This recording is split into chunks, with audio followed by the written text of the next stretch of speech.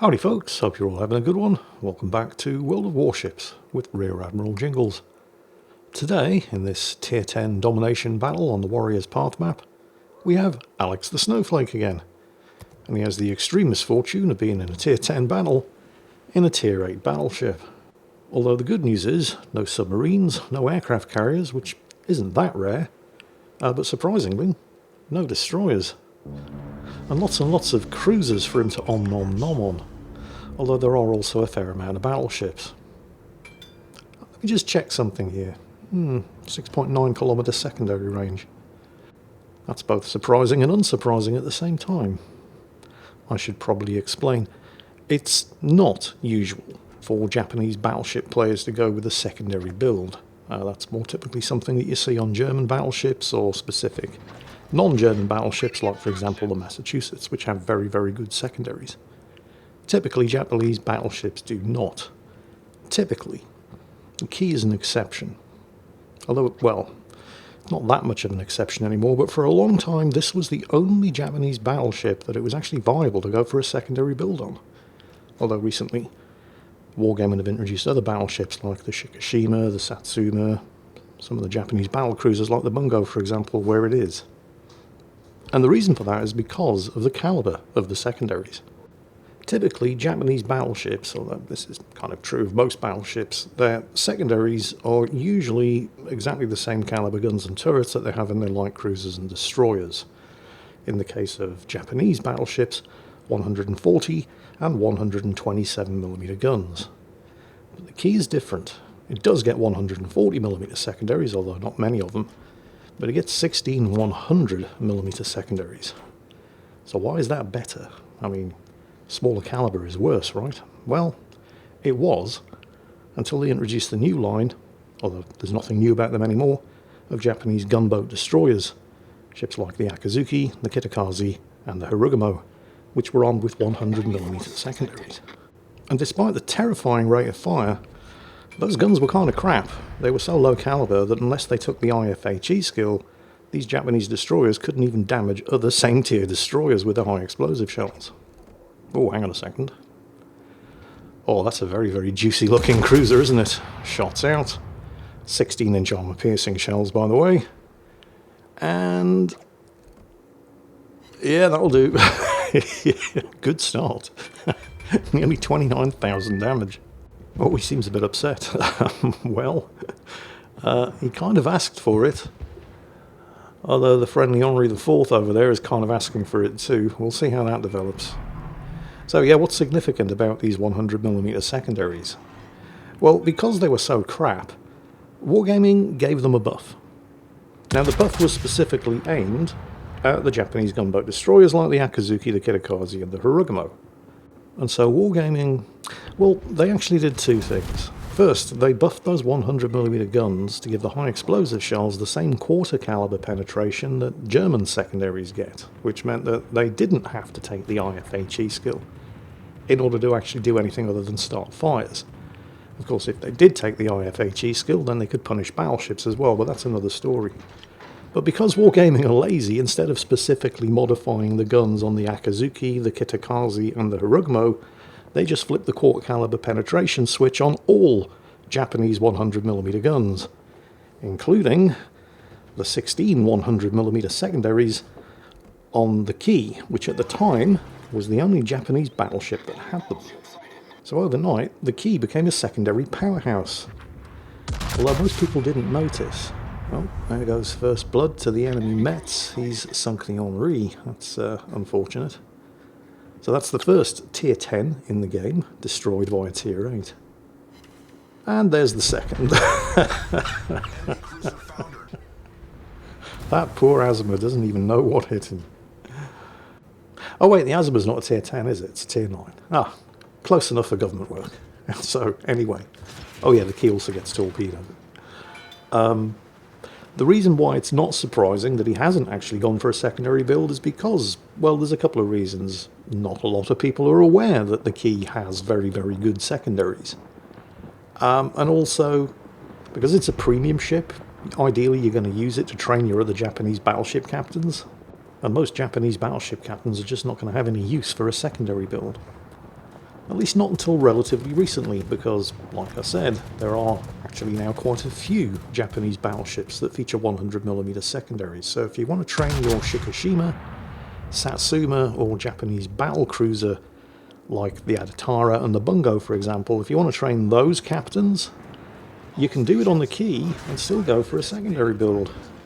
Although Alex hasn't done that, at least not today, which suggests that he either doesn't have a dedicated captain for the Key, or he's training a captain for something like a Yamato, something that you don't really get any benefit from going for a secondary build from. None of this, of course, is relevant today because he's not doing it. But I thought it was worth pointing out, just in case you do own one of these ships. Alex scored some decent hits on the enemy Mets there, although he managed to duck into cover before he could finish him off, and the friendly Iowa to Alex's left just took a big old spanking. The team have just lost their Jinan, so they are actually now down 2 tier 10s. And if that Iowa isn't careful, he's going to be next.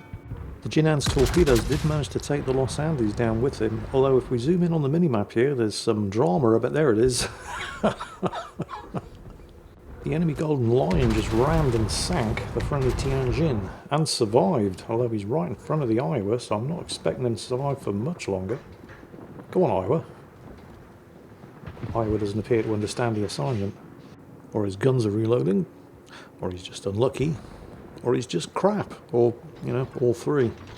Because if he's not careful, the Golden Lion's going to get a second ram off. Oh, I hope I haven't just given him any funny ideas, but under the circumstances, it's 100% the right thing to do. Speaking of the right thing to do, there's the enemy Brest. Brest. Does understand the danger he's in. Not given a flat broadside, manages to turn and avoid most of those 16-inch armor-piercing shells, but only most of them. And holy crap, the Golden Lion did it again. He actually did manage to ram and sink the Iowa. Yeah, Alex is there in chat. No way 2 people rammed that. Yeah, he did. I think as far as the enemy Iowa was concerned, we're going to go with just crap. The friendly Utrecht did manage to burn down and sink the Mets, however, but the enemy team instantly responded with the Christopher Columbus sinking the friendly Neptune. It's still only a 1 kill difference in favour of the enemy team though, and so far, mostly because the Renault destroyer's in play, nobody actually has any of the cap circles, although the enemy team are going for Alpha, and they're very, very likely to take it. As Alex, with only his 2 front turrets and therefore 4 guns, gets some shots out against the Christopher Columbus, who just finished off the Neptune. Did some damage to him, but probably just enough to upset him and get his attention. Oh yes, he's being targeted. Torpedoes away. He might actually be able, because the Christopher Columbus's guns were pointing in the other direction, and even though he's swinging the ship around, he might not be able to get them pointed this way in time, and he can't. So Alex gets away with that one. He hasn't actually taken a single point of damage thus far, which is pretty impressive for a tier 8 battleship in a tier 10 battle. Oh, he's been spotted. I mean, it's not like he's been hiding. He's been making good use of island cover. But he has been available as a target. He's just been lucky enough to have other ships with him. Oh, and he's hit now. But he's been lucky enough to have other ships with him who were presenting far, far juicier targets than him. Like the Iowa, for example. Oh, torpedo hit on the Christopher Columbus. Cap defended, although not enough. The enemy team have flipped Alpha, and they're now in the process of flipping Bravo. He's letting his team know that he scored a torpedo on the Colombo, but because he didn't cause a flood or anything, that's of limited use. It's not like he's forced a damage control or anything. Oh, he's got a Des Moines shooting at him. Des Moines is not the only thing targeting him, though. Well, that could have been a lot worse. And that couldn't really, under the circumstances, have been much better. I mean, the Des Moines wasn't given a broadside, so you can't really expect any citadel, so that was a decent amount of damage. Speaking of having other ships around him that are just giving much, much juicier targets for the enemy to shoot at, I'm sure Alex appreciates the assistance from the friendly Cleveland, but there's an extremely upset Christopher Columbus coming around the corner there. There goes the high-speed smoke, and we did actually just see him. He may run into some of these torpedoes. He is going to run into those torpedoes, but before that, he's going to delete the Cleveland. He wasn't paying attention to the minimap. But because Alex was, well, all 3 of those torpedoes hit, although Well, the third one was just a bonus. The first two were enough. And with the Christopher Columbus dead, and because Alex hasn't been firing and let the torpedoes do the talking for him, he has once again gone unspotted. Ordinarily, I mean, it's not good to lose a Tier 8 cruiser like the Cleveland. It's still a pretty good ship. But ordinarily, you like having a ship like the Cleveland around, not just because of its high explosive DPM, but because of its radar. It's a serious force multiplier in a battle where there are destroyers, which this isn't. So it's a shame the Cleveland went down. It's a shame he wasn't paying attention to the minimap and wasn't aware that the Christopher Columbus was broadsiding him, but it's not that big a loss.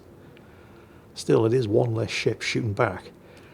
Something that Alex's team are probably going to miss because they're still behind on kills and they've only just managed to take their first cap circle with the enemy team holding 2. Alex is once again spotted. The enemy team are nearly 200 points ahead.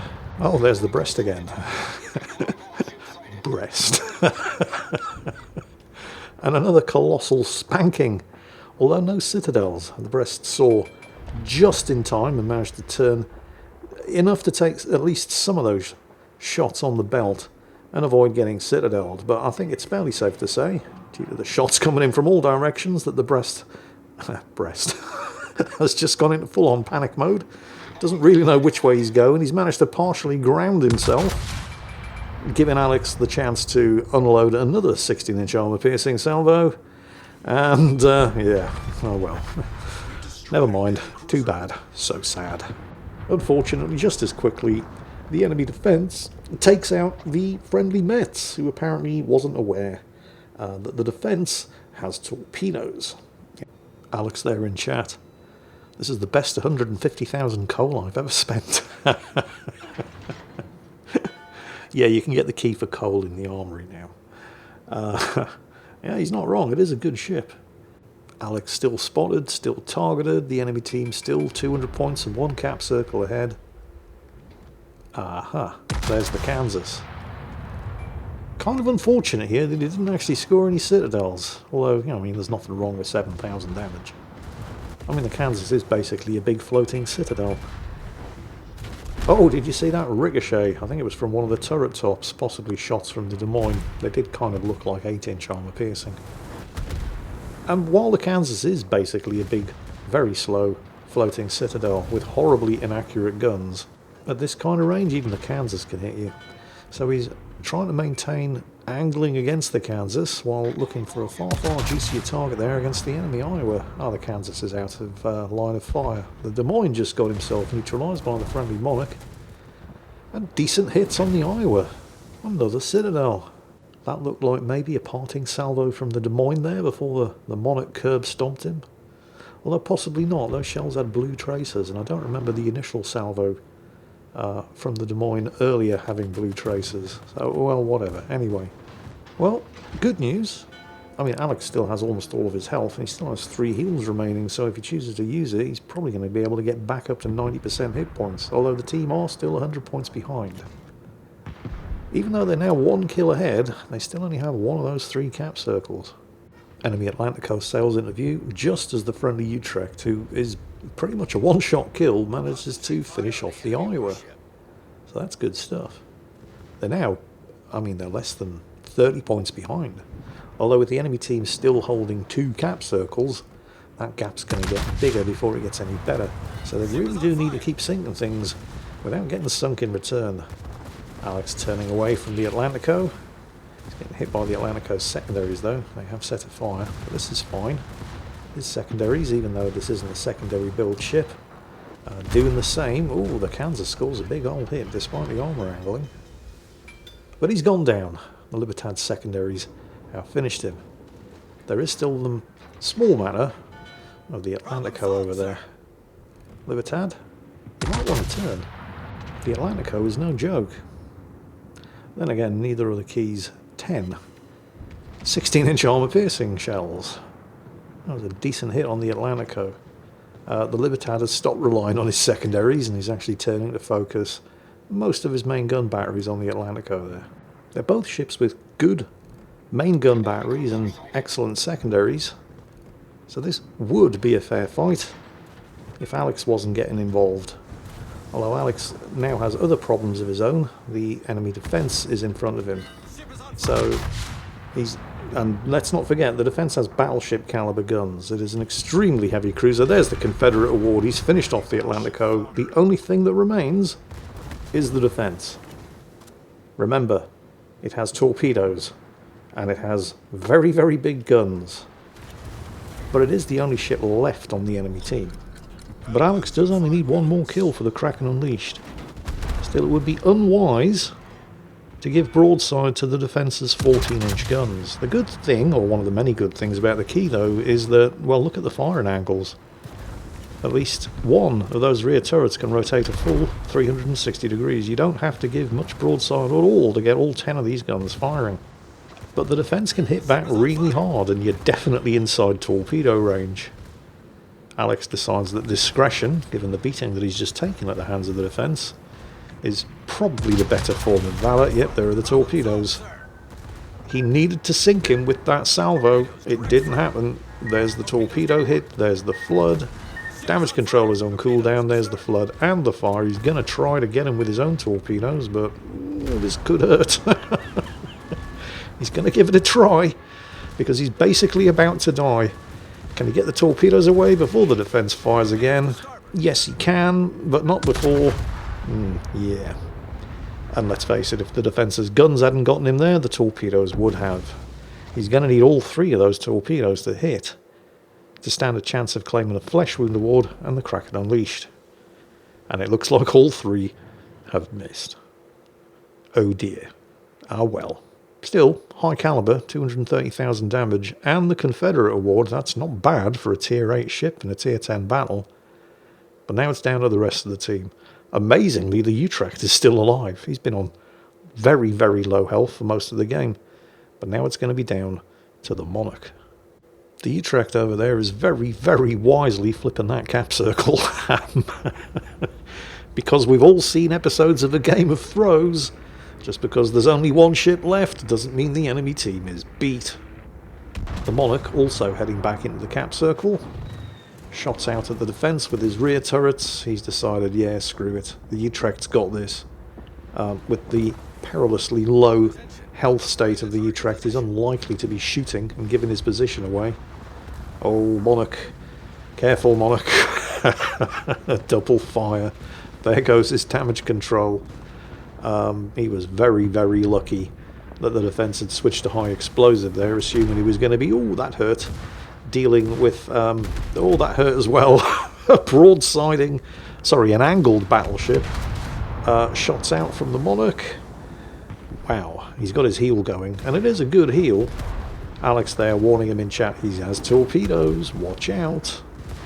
The defence now, he's got a choice of targets to go for, because that's the Utrecht shooting at him, who has finished flipping that cap. Yep, there he is back there. So, no shortage of juicy targets for the defence to shoot at, but the Monarch commits the cardinal sin. To be fair to the Monarch, he had a choice here. Eat broadside 14-inch armour-piercing shells or eat torpedoes. He chose to eat broadside 14-inch armour-piercing shells.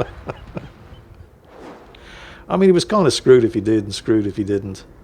But it's the Utrecht who finishes off the defence and seals the victory. A very well played game from the Utrecht there. Was on very low health for most of the battle and managed to survive to the end and get the final kill. However, 230,000 damage for Alex the Snowflake. 1 kill short of the Kraken. And unsurprisingly, doing that well in a tier 8 battleship in a tier 10 battle has him comfortably ahead, although not that far ahead of the Utrecht, on 2,747 base experience. Alex the Snowflake there.